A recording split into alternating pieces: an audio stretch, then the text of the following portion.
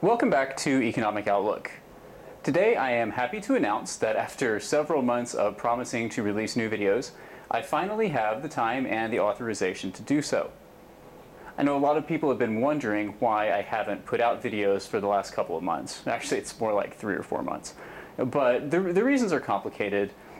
Primarily, I've been very busy with my actual job that takes up most of my free time. And secondarily, I've been doing a lot of licensing examinations, and as part of the financial licensing, I can't really speak about specific financial products anymore. It would create a conflict of interest, and so just to avoid any type of problems with that, I haven't been talking about specific products. And so I've been trying to think about how I can continue my website and continue writing, continue making these videos without mentioning specific financial products, and I think I've come up with a good way to do so. Instead of focusing on specific products, I'm going to instead give reports on more general economic news. So a good example might be the recent G20 summit or President Obama's Deficit Reduction Commission findings. Those are actually the first two topics that I'm going to discuss in videos. Also, to make the schedule more manageable, I'm going to stick to a 1 video per week release schedule.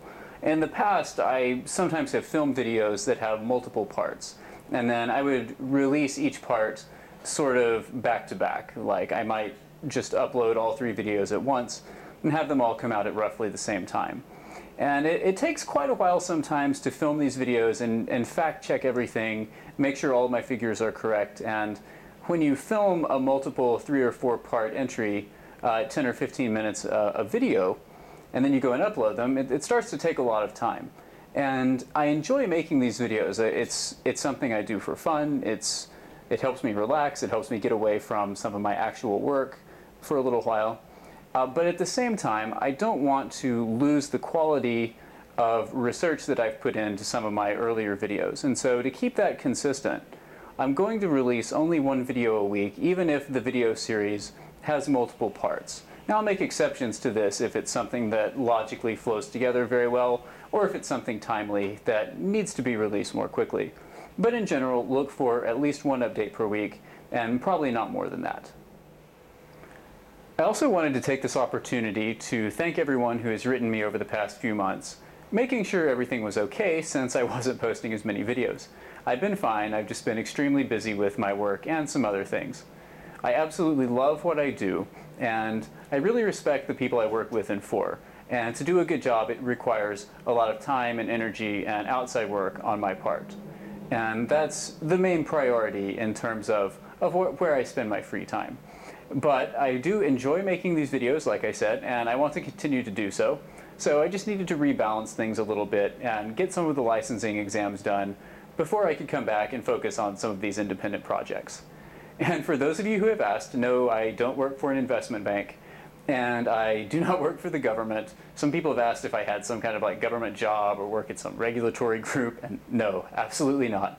I do have counterparty relationships with some banks, which is why I haven't spoken about them specifically in quite a while.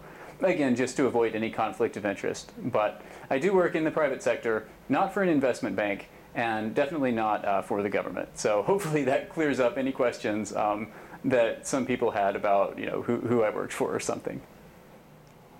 As always, thank you for continuing to support my videos and my website, www.econoutlook.com.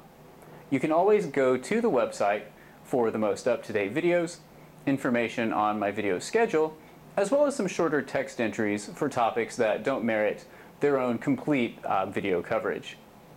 Also, there are copies of all the charts that I've used in my videos, so if you need them for a school project or a report, you can download them directly from the website without having to write to me and have me email them to you.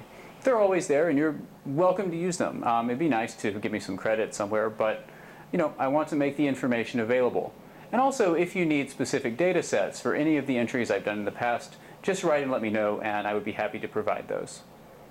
Again, the schedule of videos I'm working on next will be the G20 summit, as well as the Deficit Commission recommendations. And then the next topic is actually something that I discussed briefly about a year ago. With news of electric vehicles entering the market, I wanted to revisit the topic of resource consumption and conservation.